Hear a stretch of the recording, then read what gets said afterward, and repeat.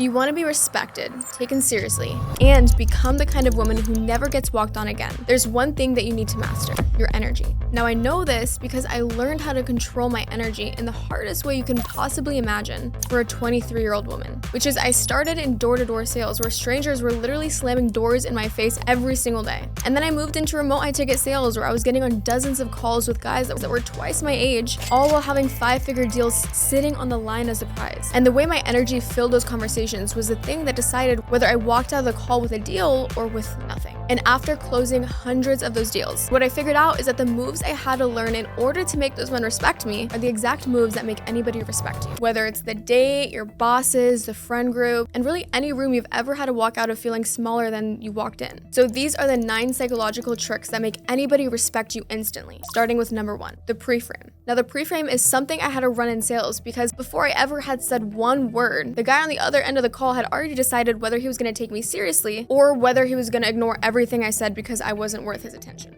And if you've ever felt like no matter what you say, the people around you just don't really take you seriously, there's actually an easy fix you can start running in your day-to-day life. There's a part of your brain called the reptilian brain, and its job is really to decide within about 3 seconds whether the person in front of you is someone to take seriously or if there's someone to dismiss. And while your reptilian brain is doing that to them, their reptilian brain is doing the exact same thing to you. And this is all happening before either one of you has said anything. So if you're walking into a room with your shoulders pulled in, or you're looking a little bit skeptical or nervous, looking overall like you're scanning permission to even be there, you've really already told their reptilian part of the brain that you're the one auditioning. And once that signal is set, no amount of words you're gonna say later is gonna undo that. And I see this happening all the time with women. Like the woman at work who walks into every meeting smiling at everyone, probably through nerves. Or the girl who goes on a first date and laughs at every single one of them jokes a little bit too quickly because she's so worried about making the moment feel okay. And the second you walk into the room like that, you basically just told every single person exactly how they're allowed to treat you for the rest of the night. Now, don't get me wrong. I'm not saying you shouldn't smile or be warm or you shouldn't not be yourself, because these are part of who we are as women. The thing is, your warmth is a currency, and the women who get respected are the ones who let the room earn it instead of just handing it over in the first 10 seconds. And honestly, the way you start running this is so simple. I call it slowing the entry. The next time you walk into a room that matters, you slow down your entry just a little bit. Now, obviously, don't walk like you're in a movie scene. Don't walk slow motion, because that's just weird. I mean, you just take it down a notch from your usual rush. You don't greet first unless you have to. You take a beat before you sit down, and you let the room read you before you give it anything. That little bit of restraint at the start is what resets the dynamic for everything else that follows. Now, once you've actually walked into the room the right way, the next thing that matters is what comes out of your mouth. That's what brings me to number 2, the downward inflection. The downward inflection is the fastest way to make people take you seriously, and almost no woman knows she's doing quite the opposite, because most women end with their sentences going up. The pitch rises at the end of every statement, even when what they're saying is a statement and not a question. Instead of saying, "I think we should go with option B," it comes out as, "I think we should go with option B," and it adds a little question mark at the end of your sentence, even when you don't mean to put it there, just because it rises. And what that does without you realizing it is it tells the other person that you're asking for permission to be right. Now think about all the women you know who are the most respected in any room. Their voices do something a little bit different at the end of their sentences, where the pitch actually drops, and the last word will actually land instead of floating. And without ever knowing why, the rest of the room just takes them more seriously. That's the inflection. And you can try this right now. Say this out loud. Where are you from?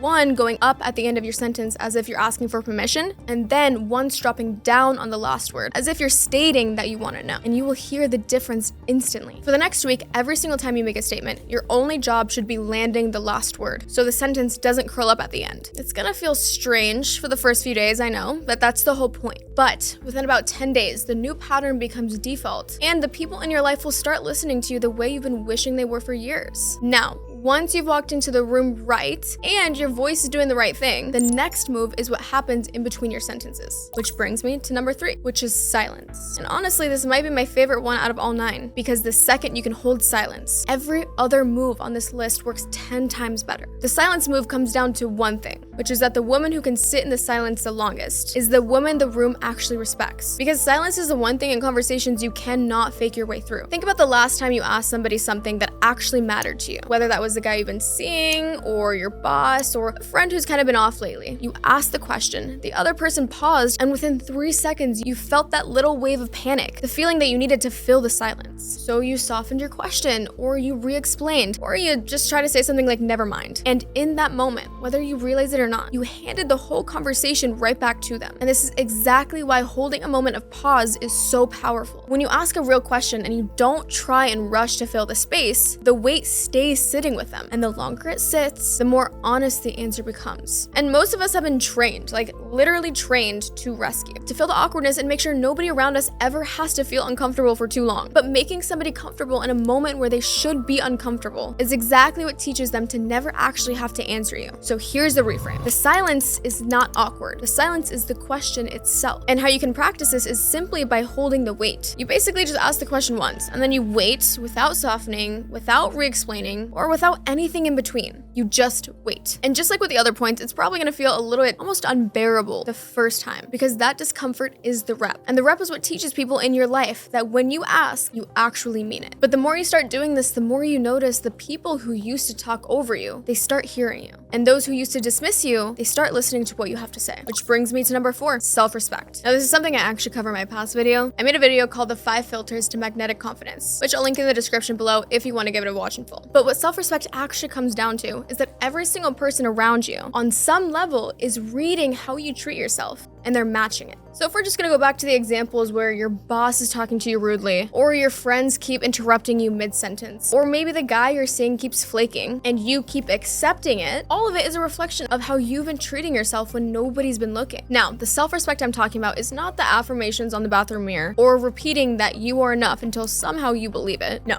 it's way smaller and way more boring than that. It is whether you keep small promises you make to yourself when nobody is going to watch. Because the version of you that breaks promises to herself walks into every room with that energy on her. And the people in that room read it before you've even said anything. So if I had to give you one thing to start with this week, it would be this. Pick one promise you keep breaking to yourself. Maybe it's sending that email that could possibly change your career, or finally finishing the certificate, or just not opening Instagram first thing in the morning. And for 7 days, you keep that promise. Not because you have to, but because you said you would. And that is what will change the way every other person in your life starts to treat you, just because you said you would. And honestly, that is the thing that quietly changes the way every other person in your life starts to treat you. Now, this next one is the clarify loop. And you've probably lived this moment 1,000 times, even if you have never named it. Like, you know when you're out with your friends and one of them says something a little cutting about you, and they say it in front of everybody and end it with a little laugh as if she's joking? And in that exact second, you can feel that little drop in your stomach, the part of you that knows exactly what just happened. See, what I used to do in those situations is I used to just laugh along. I just let it pass, and I told myself it's not that deep because it didn't want to seem over dramatic, or I didn't really want to make it a huge deal. But what laughing along actually does, even if you don't realize it, is it's telling them that they can do it again, over and over and over again. And trust me, they will. So the clarifying loop trick is for the exact moment. And it works in a similar way as the silence move did, just at a different point in the conversation. Instead of laughing, you ask one clean question with a completely flat tone regarding what they just said. You simply ask them, what was funny about that? Or what did you actually mean? And then, just like with the silence, you let it sit. 9 times out of 10, they cannot answer you after this. They just start fumbling, walking it back, and apologize without you ever having to ask. Because the second you make somebody say their own disrespect out loud, without the joke to soften it, it just loses all its power. So the next time somebody takes a shot at you and dresses it up as a joke, you do not play it cool. You just ask them with a flat tone what they actually meant, and then you wait.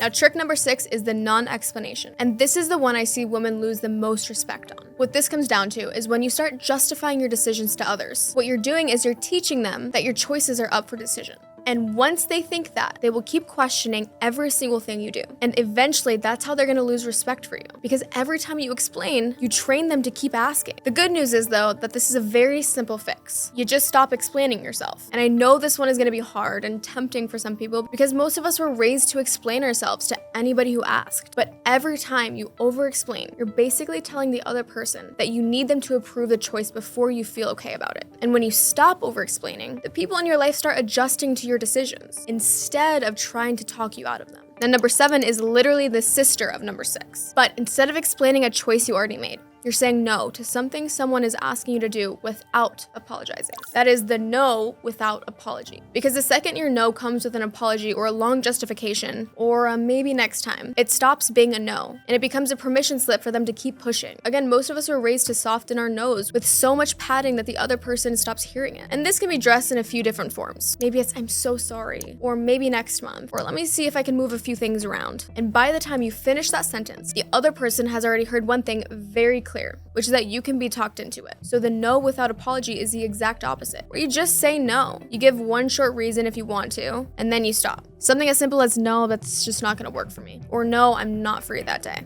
That's it. So the next time somebody asks you for something you don't want to give, your no does not come with "I'm so sorry." It does not come with "maybe next time." It just comes by itself. And I know you probably think this sounds rude, but that's kind of the point. We've been so trained to dress up our no's so much softer that the people in our lives have stopped hearing it. And the second you actually let your no stand on its own, the people in your life adjust to it faster than you'd believe. The ones who actually respect you stop asking twice, and the ones who don't finally show themselves for who they really are. And speaking of the ones who do respect you, the next move is about how you treat them. Number 8 is the accountable loop. Because the most respectful thing you can do for a woman in your life who is selling herself short is to refuse to agree with her. Because every time you nod along with something that she's saying bad about herself, you're just helping her believe it more. For example, I had this student the other day come to me. She was like, "I don't know what to do because I practice my sales script every single day in the mirror, but the second I actually get in front of a person, I completely lose it. I forget everything." And she told me, she was like, "I just don't know why I'm like this." Now, in that moment, the easiest thing I could have done was just comfort her. I could have said something like, "Don't worry, you're gonna be fine. You'll get there eventually. Just keep doing it." But here's the thing. If I had done that, she probably would have walked off that call doing the exact same thing she was doing the next day and the day after that, and she'd still believe something was wrong with her. So instead, I told her the truth, which was the problem is not how much she's repeating her script in the mirror. The problem was her confidence within herself when she actually had to use it.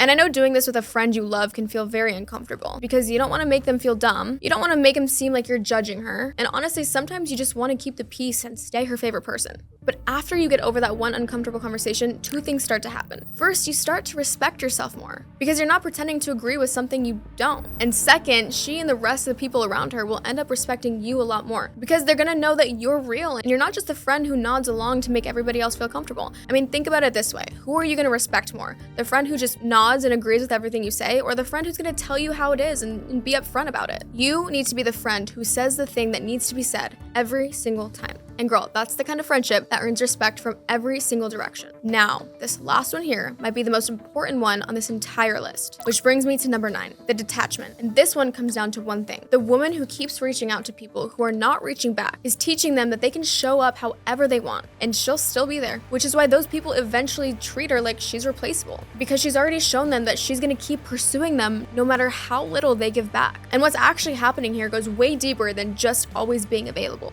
Because when you keep chasing people, you're not actually attached to those people. You're attached to the feeling of being chosen by them. And your brain has confused that feeling with being valuable. The detachment is the move that breaks this whole pattern. You stop being the one who reaches out first, and you simply detach from everything. Once you do that, the people who actually want you around, they feel it. And they'll actually start showing up for you on their own. And the ones who do not, well, you finally see them for exactly what they were the entire time. Either way, you stop being the woman they take for granted, and you start attracting them to you like a magnet. And if you want to learn how to be magnetic in every other area of your life, where not just the right people, but the right opportunities and the right version of your dream life starts showing up, then check out this video right here where I break down exactly how to build confidence so magnetic that your dreams start chasing you.